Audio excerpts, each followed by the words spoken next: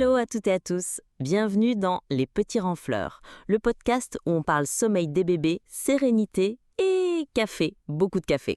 Je suis Nora, maman, fondatrice du site lespetitsronfleurs.com et aujourd'hui j'accueille Alexia, invitée du jour et jeune maman en quête de nuit plus douce. Salut Alexia. Aujourd'hui on va parler d'un sujet qui nous tient éveillés la nuit, littéralement. Alors Alexia, comment ça va? Avec combien d'heures de sommeil au compteur? Salut Nora, si on additionne les micro-siestes, on atteint peut-être 4 heures. Andrea a décidé que 2h57 était l'heure idéale pour discuter de la vie.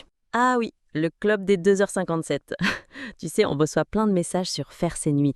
Toi, ça t'évoque quoi? Franchement, j'imaginais 20h, 8h version pub. Et puis j'ai découvert que faire ses nuits, c'était 5-6 heures d'affilée. Ça change la perspective, mais je t'avoue que j'aimerais bien les 12 heures quand même. On signe toutes pour les 12 heures, mais ça vient souvent plus tard. Et surtout, chaque bébé a son tempo. Toi, tu te sens où dans ce parcours? Entre j'essaye d'instaurer une routine et je doute à chaque étape. Certains soirs, ça roule, d'autres, c'est montagne russe. J'aimerais que ce soit moins scolaire, plus naturel. Je te comprends. Et si on en parlait comme deux mamans qui comparent leurs astuces au bord d'un café, qu'est-ce qui marche un peu chez vous en ce moment? Les soirs où je commence tôt, ça aide. Bain, petit massage, pyjama, berceuse. Et surtout, quand je le pose éveillé mais calme, ça se passe mieux.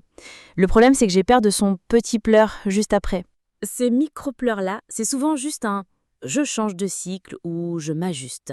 Chez nous, on a appris à prendre une minute avant d'intervenir. Parfois, il se rendort seul. Parfois, j'entre, je pose la main, respiration lente, et je ressors. Cette minute, elle paraît longue dans le noir, mais j'ai remarqué pareil, si je fonce trop vite, ça réveille complètement. Exactement. Et niveau environnement, vous êtes plutôt caverne ou lumière tamisée? Team caverne, rideau occultant, 19 degrés, bruit blanc. Le bruit blanc, c'est notre sauveur. Ça me détend moi aussi d'ailleurs. J'adore. Chez nous, le bruit de pluie, marche du tonnerre. Et tu te différencies comment jour et nuit? Le jour, lumière ouverte, on discute, on joue.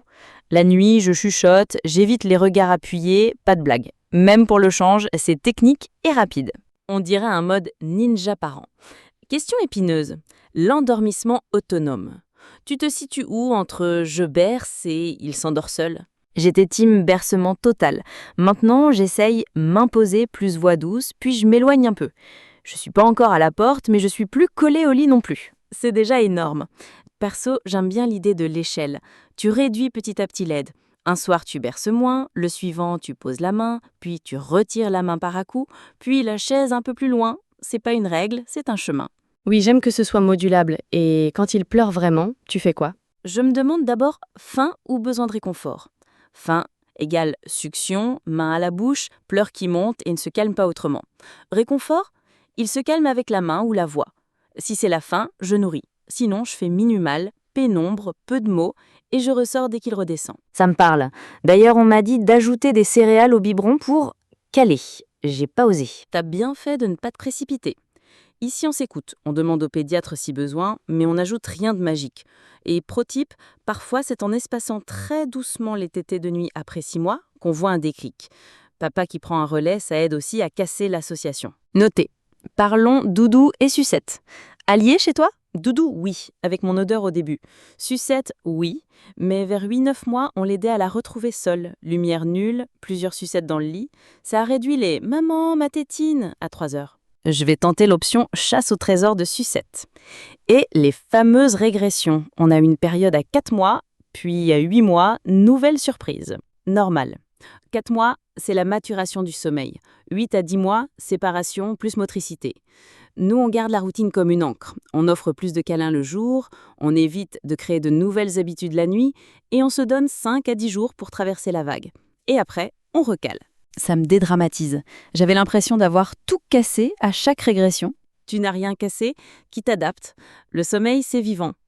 Au passage, tu as repéré les signes de fatigue de Léo? Oui, regard dans le vide, sourcils rosés, c'est on file au bain.